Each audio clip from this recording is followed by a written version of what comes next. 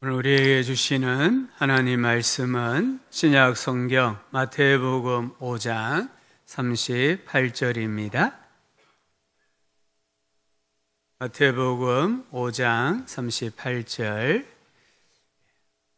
실에 마이크 볼륨 조금만 더 올려주십시오.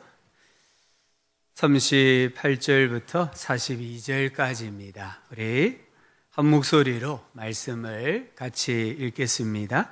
또 눈은 눈으로 이는 이로 갚으라 하였다는 것을 너희가 들었으나 나는 너희에게 이르노니 악한 자를 대적하지 말라. 누구든지 내 오른편 뺨을 치거든 왼편도 돌려대며 또 너를 고발하여 속옷을 가지고자 하는 자에게 그도까지도 가지게 하며 또 누구든지 너로 억지로 오리를 가게 하거든 그 사람과 심리를 동행하고 내게 구하는 자에게 주며 내게 구고자 하는 자에게 거절하지 말라. 지난 1년 동안 우리 예배 시간에 찬양으로 예배를 섬겨준 우리 할렐루야 찬양대 감사드립니다. 우리 앞뒤자 여러분 인사합시다. 한 해 동안 행복했습니다. 우리 성도님들이 계셔서 한 해 동안 교회가 행복하고 또 우리 모든 지체들이 행복한 줄 믿습니다. 5살부터 74살까지 70명에게 가장 행복했던 순간은 언제였는지를 물었대요. 그리고 가장 후회한다고 생각하는 부분은 무엇인가를 물었습니다. 그 중에 살면서 가장 후회했던 순간 답을 들어보면 5살 난 꼬마는 놀이터에서 친구에게 과자를 나눠준 게 가장 후회가 된다라고 대답을 했습니다. 8살 된 꼬마는 친구랑 다툰 게 너무 후회가 되고요. 28살 청년은 대학생 때 유학을 못 간 게 후회가 된다. 33살 사람은 아버지에게 대들었던 게 너무 후회가 된다고 했습니다. 42살 여자분은 가장 좋기도 했지만 가장 후회가 되는 것은 이 남자와 결혼한 것 같다. 결혼이 가장 후회가 된다고 했어요. 53살 난 아버지는 큰아들한테 사랑의 매라는 이름으로 매를 들었을 때 가장 마음이 아프고 제일 후회가 된다. 이렇게 말했습니다. 66살 난 분은 맨날 후회해요. 살아가면서. 모든 게 후회가 된다고 했어요. 우리 성도님들은 어떻습니까? 1년을 열심히 살아오셨는데요. 가장 행복했던 순간, 가장 후회가 되는 순간이 어떤 사건이었고 언제였는지 한번 생각해 보면 좋을 것 같아요. 현명한 사람은 살면서 후회할 일을 줄이는 사람입니다. 오늘 예수님께서는 이 한 해의 마지막 주일에 모든 사람들에게, 특별히 예수님의 제자로 살아가는 그리스도인들에게 후회하기 쉬운 4가지 영역을 말씀을 하세요. 이 4가지 영역에서 후회를 줄이며 사는 사람이 올 한 해를 잘 산 사람이라고 말할 수가 있습니다. 먼저 예수님은 우리 인간관계의 대원칙을 말씀을 합니다. 38절을 보면 또 눈은 눈으로 이는 이로 갚으라. 이 법칙을 탈리오의 법칙이다라고 합니다. 고대 나라 대부분의 법에 보면 이 법이 있었어요. 눈은 눈으로 이는 이로. 출애굽기 21장 23절부터 보면 조금 더 긴 법 조문이 나옵니다. 다른 해가 있으면 갚되 생명은 생명으로, 눈은 눈으로, 이는 이로, 손은 손으로, 발은 발로, 된 것은 된 것으로, 상하게 한 것은 상함으로, 때린 것은 때림으로 갚을지니라. 다른 이 성경과 고대 다른 예를 들면 함무라비 법전 이런 것 차이점은 성경은 이렇게 신체상 상해뿐만 아니라 또는 다른 모든 것도 포함이 된다는 거예요.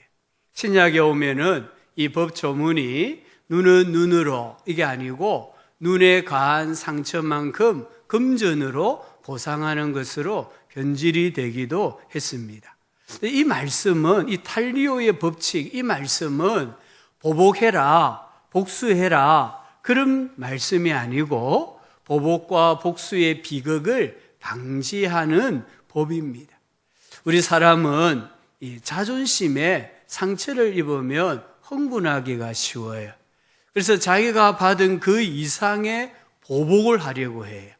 욕을 해도요, 더 심하게 욕하고요, 말을 해도요, 이 주워 담을 수 없는 막말을 해버려요. 왜 그렇습니까? 자존심이 상했다는 거죠. 근데 오늘 예수님은 이 법에 있어서 우리가 뛰어넘어야 한다는 겁니다. 올 한 해 동안 받은 대로 갚아주셨습니까? 그러면 그 사람은 보통 인생을 산 사람입니다. 너희가 들었으나 나는 너희에게 이르노니 악한 자를 대적하지 말라. 예수님은 제자들에게 복수하고 싶은 마음을 버려라. 악한 자를 대적하지 말라라고 합니다. 여기 대적하다란 단어는 강경하게 저항하거나 반대한다 이런 뜻입니다. 모든 사람의 싸움은 혈과 육이 아니라고 했습니다. 혈과 육은 연약한 인간을 나타내는 거예요. 우리의 싸움의 대상은 이 혈과 육을 지닌 연약한 사람, 인생이 아니라는 겁니다. 모든 싸움의 대상은 사탄입니다. 사람들은요, 이 사탄의 조종을 받아서 악을 행하기도 하고 대적하는 일을 행하는 것이에요. 일반 사람들은 이것을 모르기 때문에 눈에는 눈, 이에는 이 이렇게 받은 대로 갚으려고 합니다. 하지만 예수님의 제자는 영적 원리를 깨달은 자이기에 너희는 악한 자를 대적하지 말아라. 우리의 싸움의 대상은 하늘의 공중 권세 잡은 자 사탄 마귀라는 겁니다. 누군가가 만약에 나에게 악한 말을 하고 비상식적인 행동을 하면 그 뒤에는 사탄이 있다는 것을 알고 더불어 대적하지 말아야 합니다. TV 드라마 중에 이 사이코패스 연쇄살인범 이야기가 하나 있어요. 이 사람이 사람을 납치해서 살해하는데 잔인하게 살해합니다. 사람을 막 죽이는 것을 즐겨요. 그래서 이 경찰서의 형사팀장이 자기 이제 대원들에게 이렇게 이야기합니다. 살인범이 위해를 가하고 협박해도 절대 반응하지 말아라. 고함을 지르지 말라. 무서워하는 표정을 짓지 말라. 그러면 살 수 있다라고 합니다. 이 살인범은 자기가 사람들에게 상해를 가하고 칼로 난도질할 때 이 사람이 고통 가운데 고함을 지르고 공포심을 나타내면은 희열을 느낀다는 거예요. 그래서 더 잔인하게 사람을 죽이는 거예요. 그런데 이 살인범의 위해에 대해서 담담하고 두려워하지 않고 괴성도 안 지르면 이 살인범이 사람을 죽이는 게 재미가 없어지는 거예요. 그러면은 사람을 죽이지 않는다는 거예요. 오늘 우리도 마찬가지입니다. 이 모든 싸움의 근원에는 마귀가 있습니다. 이 마귀가 사람을 조종해가지고 화를 내게 하고 폭력을 행사하게 하는 거예요. 그럴 때 내가 오늘 예수님 말씀처럼 복수하고자 하는 마음을 버리면 그 싸움은 싱거워져요. 그러면은 마귀는 더 이상 싸움을 걸지를 않는 겁니다. 오늘 예수님은 제자들에게 복수하면 안 된다고 하십니다. 그렇다고 해서 악을 모른 채 하거나 그 악한 행동을 묵인하라 이런 말씀은 아닙니다. 괜히 자존심 운운하면서 악을 행하는 자에게 복수하면 안 된다라는 말씀입니다. 세상의 법은 받은 대로 갚아주는 것이지만 우리 그리스도인은 나에게 손상을 입힌 악한 자를 대적하지 말라 이렇게 말씀합니다. 로마서 12장에 보면 12장 14절에 너희를 박해하는 자를 축복하라. 축복하고 저주하지 말라 하셨습니다. 17절에는 아무에게도 악을 악으로 갚지 말고 모든 사람 앞에서 선한 일을 도모해라. 19절에는 내 사랑하는 자들아 너희가 친히 원수를 갚지 말라라고 하셨습니다. 우리 예수님은 오늘 우리들에게 너를 박해하는 자, 너의 원수를 축복해라. 그리고 악을 악으로 갚지 말고 보복하는 것은 하나님께 맡겨라. 이렇게 말씀하고 계십니다. 이어서 예수님은 이 인간관계의 대원칙을 지켜야 될 삶의 영역을 4가지로 말씀을 합니다. 첫 번째 영역은 자존심입니다. 39절에 누구든지 내 오른편 뺨을 치거든 왼편 뺨도 돌려대며, 이것은 자존심에 손상을 입히는 행위에 대한 말씀이에요. 예나 지금이나 이 뺨을 맞는 것은 최고의 모욕이고 공개적인 모욕입니다. 뺨을 때린다는 것은 그 사람의 위엄과 명예를 박탈한다라는 상징적인 행동이었습니다. 그래서 황당한 일을 만났을 때 우리는 뺨 맞은 기분이다라고 표현하는 겁니다. 예수님은 오른편 뺨을 치거든 왼편도 돌려대라고 하십니다. 왜 오른쪽 뺨입니까? 상대방의 오른쪽 뺨을 치려면 왼손으로 때려야 합니다. 오른손으로 때리려고 하면 손등으로 때려야 합니다. 뺨을 맞는 것만으로도 모욕인데 손등으로 맞는 것은 가장 큰 모욕입니다. 이것은 단순한 폭력이 아니라 내가 열등한 사람이다, 내가 모자라는 사람이라는 것을 의미를 합니다. 인격적인 모욕을 당했을 때에 그리스도인들은 어떻게 해야 합니까? 예수님은 왼편도 돌려대라고 하십니다. 욱하는 성질을 부리지 말고 그냥 손해보는 바보가 되라고 말씀을 하십니다.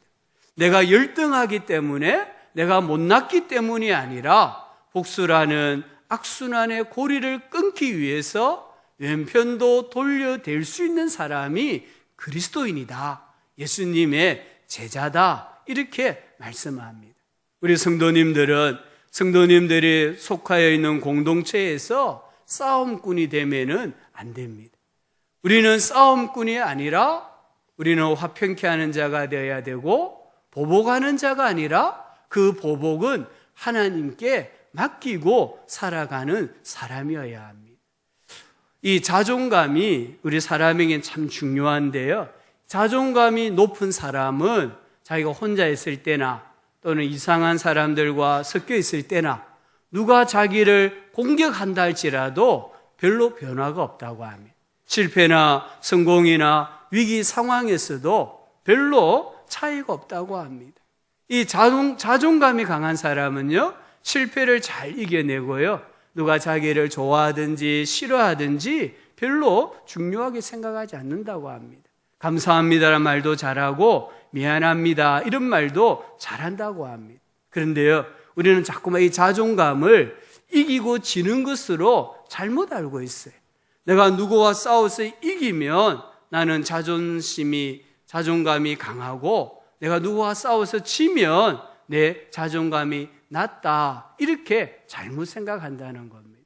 지난 1년 동안 얼마나 져 주셨습니까?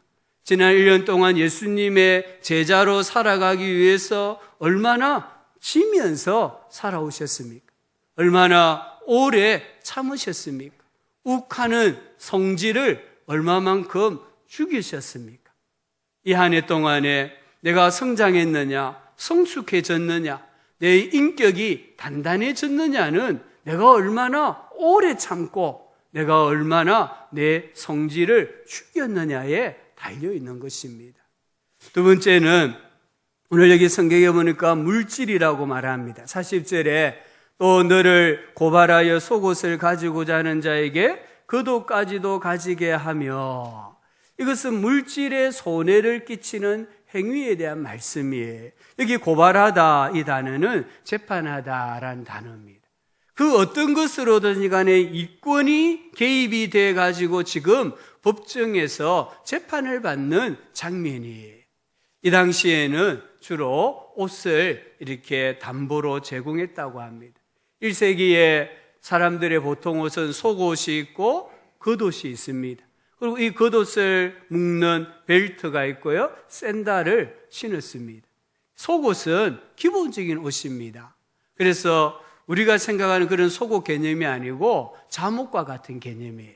긴 소매의 네이가 속옷입니다. 겉옷은 바깥에 걸치는 망토입니다. 이것은 옷에서 필수적인 요소였습니다. 겉옷은 법적으로 보호가 되었습니다. 누군가에게 이렇게 돈을 빌릴 때도 겉옷을 만약에 전당으로 맡겼다고 하면 해가 지기 전에 돌려주어야 합니다. 이 겉옷은 못도 되지만 겨우 한밤에 추위를 이겨내는 이불과 같은 역할도 했습니다. 근데 지금 이 법정에서 속옷을 가지고자 하는 자가 있습니다. 속옷을 달라고 하는 자, 이 말은 무슨 말입니까? 벌거벗고 거리를 다니라 이 말입니다. 이런 모욕을 받았을 때에 정말로 어처구니 없는 요구를 받았을 때 어떻게 해야 되느냐? 겉옷까지도 주어라. 더 귀하고 더 삶에 있어서 필요한 겉옷까지도 아낌없이 아무 저항하지 말고 주라고 말씀하고 있습니다. 오늘 예수님은 그리스도인들은 자기의 것을 변호하려고 또 자기의 것을 지키려고 발부둥치는 사람이 되어서는 안 된다는 것입니다. 오늘 예수님은 우리 그리스도인들은 움켜쥐고자 하는 자세를 버려야 한다라고 말합니다. 물질에 있어서 관대해야 된다. 그리고는 이 물질을 가지고 사람들을 유익하게 하는데 사용해야 한다. 이렇게 말씀하고 있습니다. 세 번째는 자유입니다. 41절에 또 누구든지 너로 억지로 오리를 가게 하거든 그 사람과 심리를 동행하라. 이것은 자유를 침해하는 행위에 대한 말씀입니다. 이 말씀은 어떤 의미에서 앞에 나온 자존감이나 또는 물질하고는 또 차원이 달라요. 지금도요, 전 세계적으로 자유를 위한 투쟁을 하고 있습니다. 자유를 얻기 위해서 얼마나 많은 사람이 죽기도 하고 옥에 갇히기도 하는지 모릅니다. 이 자유는요, 사람들에게만 필요한 게 아니에요. 미국의 오클라호마 주립대학에서 동물의 지능 한계를 알아보는 실험을 했습니다.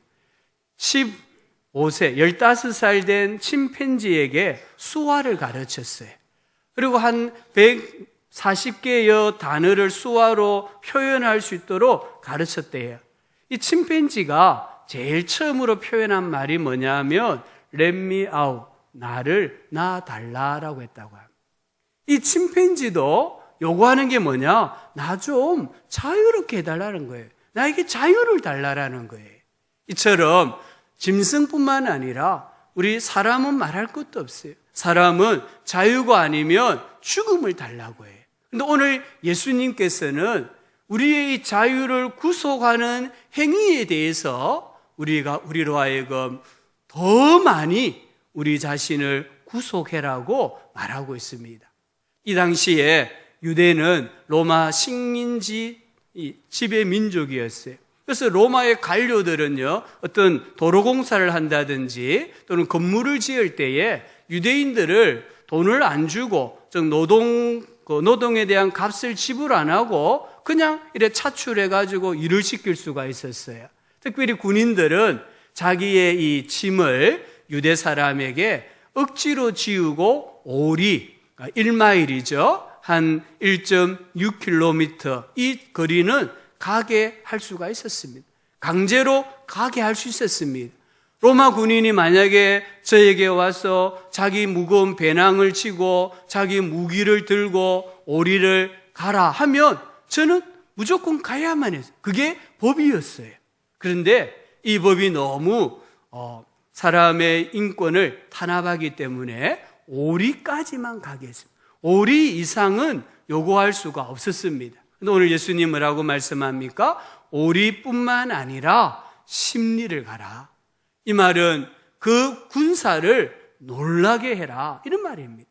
정말 하기 싫은 일을 기쁨으로 하는 사람이 되어서 그 사람을 놀라게 만들어라, 이렇게 말씀하고 계십니다. 올 한 해를 살아오시면서 예수님 때문에, 하나님의 이름의 명예 때문에 교회를 세우기 위해서, 믿음이 연약한 자의 믿음을 배려하기 위해서 얼마나 자신을 구속하셨습니까? 나의 시간이나 나의 말이나 나의 행동이나 나의 태도를 얼마나 그리스도 예수 안에서 구속하셨는지 우리 자신을 돌아보아야 합니다. 오늘 우리는 예수님 때문에, 하나님의 영광 때문에 나를 얼마나 죽이고 살아왔는가를 생각해야 합니다. 사도 바울이 고린도 교회 편지하기를, 만일 음식이 내 형제를 실족하게 한다면 나는 영원히 고기를 먹지 아니하며 내 형제를 실족하지 않게 하리라 했습니다. 바울에게는 시장에서 파는 모든 고기를 먹을 수 있는 믿음도 있었고 자유함이 있었습니다. 그러나 이 고린도 교회 어떤 성도는 믿음이 연약해가지고 시장에 나온 고기는 우상의 제물로 바쳐졌다라고 생각했기 때문에 먹지를 않았어요.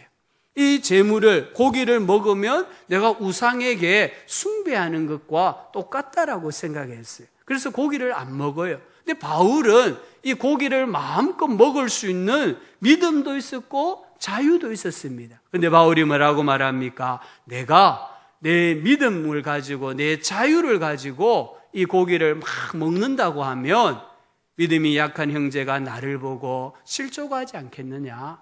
그렇다고 하면 나는 지금부터 영원히 고기를 먹지 아니하겠다. 자기의 자유를 구속하는 바울을 볼 수가 있습니다. 올 한 해에 하나님 앞에서 얼마만큼 자기 자신을 구속하셨습니까?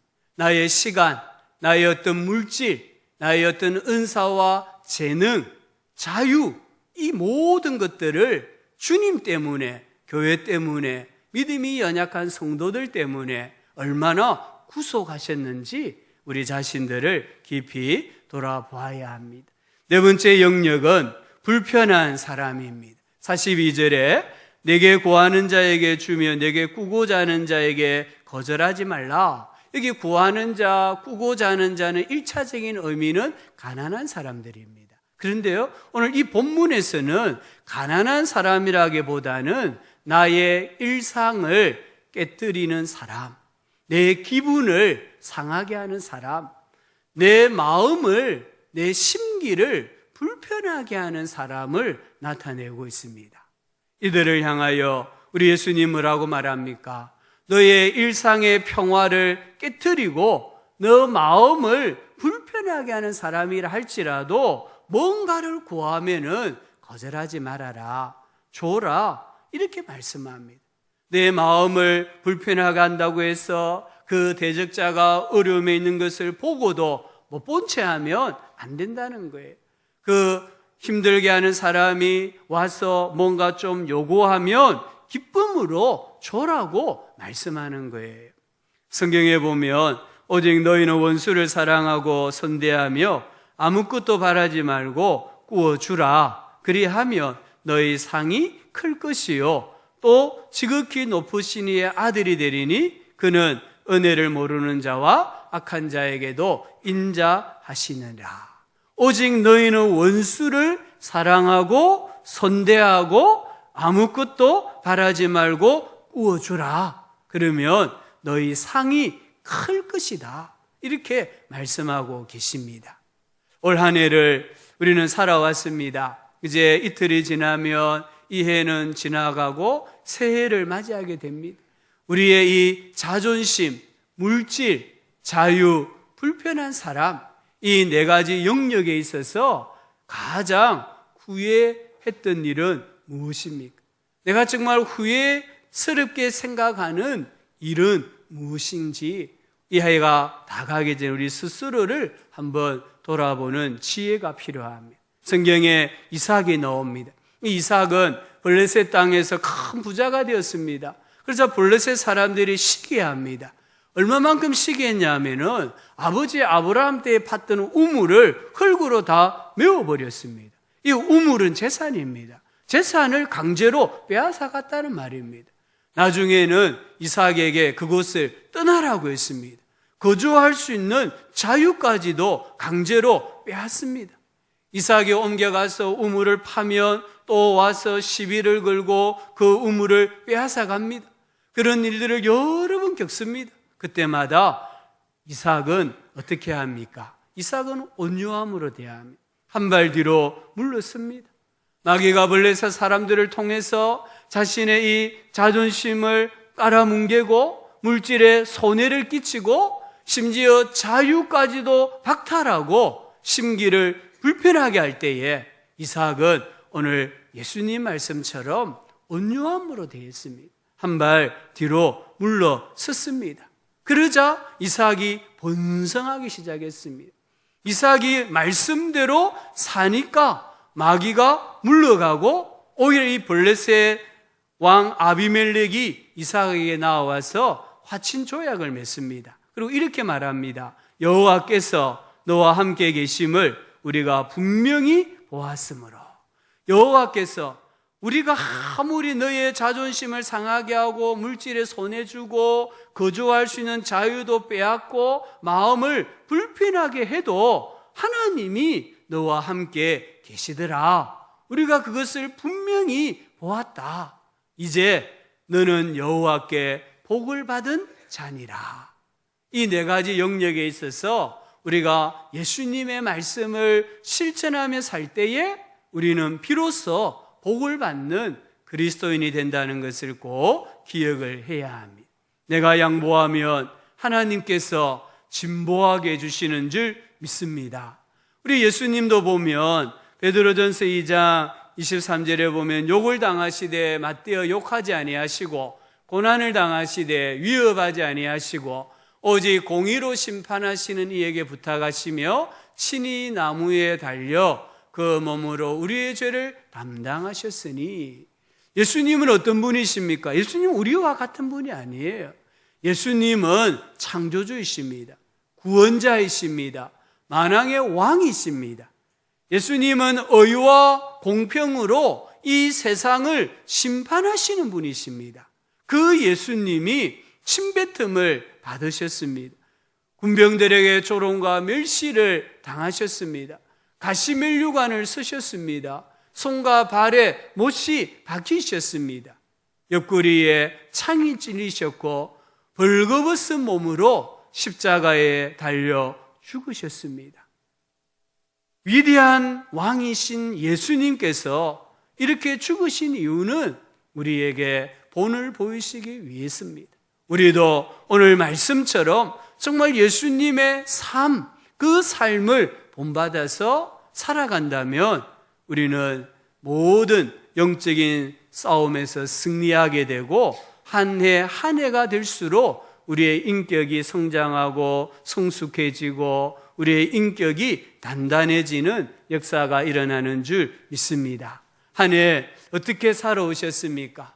정말 이 한 해에 하나님 앞에서 내가 어떻게 살아왔는지, 하나님께서 말씀하시는 인간관계의 대원칙을 지키면서 살아왔는지 한번 생각을 해 보시면 좋겠습니다. 우리나라에 이상재라는 독립운동가가 있지 않았습니까? 이분이 1902년에 개혁당 사건으로 구금이 되어 옥중 생활을 했습니다. 근데 이제 감방에 갇혔는데 감방의 마루 바닥에 보니까 틈이 있는데 그 틈에 종이 쪽지가 하나 꽂혀져 있었어요. 그 종이 쪽지를 펴서 보니까 마태복음 5장이었습니다. 눈에 딱 들어온 말씀이 오늘 이 말씀처럼 악한 사람에게 맞서지 말고 오른쪽 뺨을 치는 자에게 왼쪽 뺨까지 돌려대라. 이 말씀이 들어와서 그때 이분은 무슨 소리야? 그 앞에 뭐 글자가 하나 들어갔겠죠? 무슨 소리야? 그리고는 이 종이 쪽지를 다시 말아가지고 틈새에 끼워두었어요. 너무 감방 생활이 심심하고 할 일이 없으니까 또 그 종이 쪽지를 꺼내가지고 읽어보았습니다. 오리를 가고자 하면 십리를 가져라. 쓸데없는 소리하고는 또 종이를 말아 넣었어요. 그런 길을 여러 번 반복합니다. 몇 달간 그 종이를 꺼내서 읽어보고 또 꽂아두고 읽어보고 꽂아두고 하다가 이 말씀에 감동이 되어가지고요. 추록하는 날 연동교회에서 심호하는 선교사 게일을 찾아가서 세례를 받고 그리스도인이 되었다고 합니다. 이 예수님의 말씀을 읽고 깨닫기만 해도 회심의 역사가 일어났다는 거예요. 하물며 오늘 우리 교회들이, 우리 그리스도인들이 오늘 예수님의 이 말씀을 실천하고 살아간다면 어떤 역사가 일어나겠습니까? 우리 안에 있는 분쟁이나 다툼이 다 사라질 거예요. 사람을 미워하고 시기하고 질투하고 정죄하고 살인하는 모든 죄가 사라질 겁니다. 정말 우리 그리스도인들이 이 말씀대로 살아간다면 법정이 텅텅 비고 교도소가 텅텅 비는 역사가 일어날 것입니다.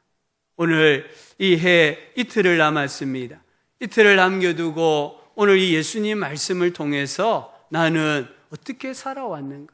내 자존심에 상처를 입히는 사람, 나에게 어떤 물질적인 손해를 끼치는 사람, 내 자유를 구속하고자 하는 사람, 그리고 나와 불편한 관계에 있는 그런 사람들에 대해서 나는 이 말씀을 어떻게 적용하며 실천하며 살아왔는가를 돌아봄으로 새해를 맞이했을 때 우리의 삶이 더 새로워지고 더 성숙해지고 더 인격이 단단해지는 그런 삶을 살아가는 우리 성도님들 되실 수 있기를 예수님의 이름으로 축복합니다.